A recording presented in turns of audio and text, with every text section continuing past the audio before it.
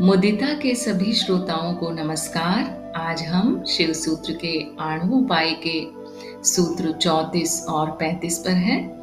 तो पिछले सूत्र में बताया गया कि एक महायोगी आध्यात्मिक कार्य करने के लिए स्थूल शरीर पर निर्भर नहीं होता। वह अशरीरी होकर भी आध्यात्मिक कार्यों को प्रभावी रूप से करता रहता है। अब आज का यह सूत्र 34 योगी की मानसिक अवस्था यानी मन के बारे में है और कहता है सुख दुखयोर बहिर्मननम, अर्थात सुख दुख से परे चिंतन में होता है। तो सुख दुख क्या है? सुख दुख मन के विषय है। जो भी मन के अनुकूल है वह सुख है और जो मन के प्रतिकूल है वह दुख है। तो एक के उपस्थित होने से दूसरे का अभाव हो जाता है। सुख दुख का अभाव है और दुख सुख का अभाव है। परंतु ऐसा सिद्ध योगी मन के इस द्वैत यानी प्रतिकूल अनुकूल अच्छा बुरा इन सब से परे हो गया है। देखिए, मन को कुछ अनुकूल और प्रतिकूल क्यों लगता है? संस्कारों की वजह से, कुछ धारणाएं या पैटर्न बने होते हैं उनकी वजह से। क्योंकि एक ही परिस्थिति किसी एक व्यक्ति को अनुकूल लग सकती है, सुख लग सकती है, और वही परिस्थिति किसी दूसरे व्यक्ति को प्रतिकूल लग सकती है। क्योंकि संस्कार अलग अलग हैं, धारणाएं अलग अलग हैं, मन के जो पैटर्न हैं वो अलग अलग हैं। पर एक योगी के ये सभी पैटर्न, सभी संस्कार नष्ट हो चुके हैं। इसलिए वह हर परिस्थिति के प्रति समभाव में है। वह अपने ही चिंतन में रहता है और उसका चिंतन क्या है? सिर्फ जगत कल्याण का भाव। तो वह सदैव उसी के चिंतन में होता है। तो इसीलिए वह स्थूल जगत में आता है और शारीरिक बाधाओं का सामना भी करना पड़े तो करता है और अपने कल्याणकारी कार्यों को संपन्न करता है।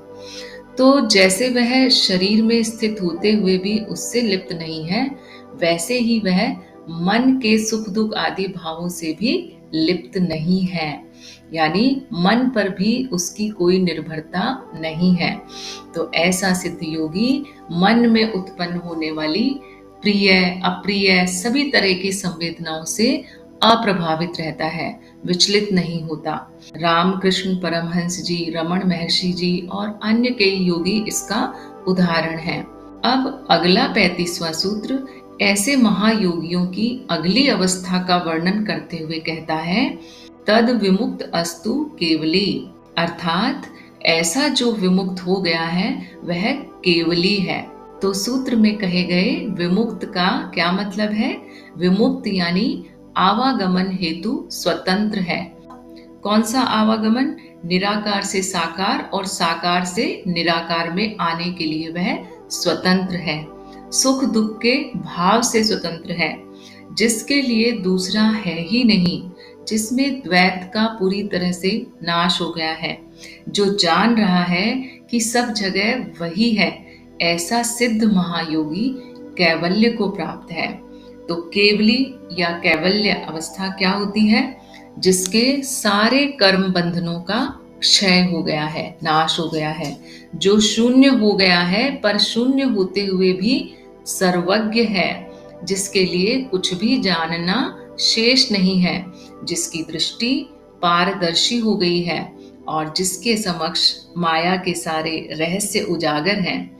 तो जो जन्म मरण से मुक्त हो अपनी इच्छा से शरीर लेता और छोड़ता है, ऐसा ज्ञान स्वरूप, ऐसा चैतन्य स्वरूप योगी केवली है। तो आज के लिए इतना ही। कल हम अगले सूत्र पर चर्चा करेंगे। तब तक के लिए आप सभी को नमस्कार, धन्यवाद।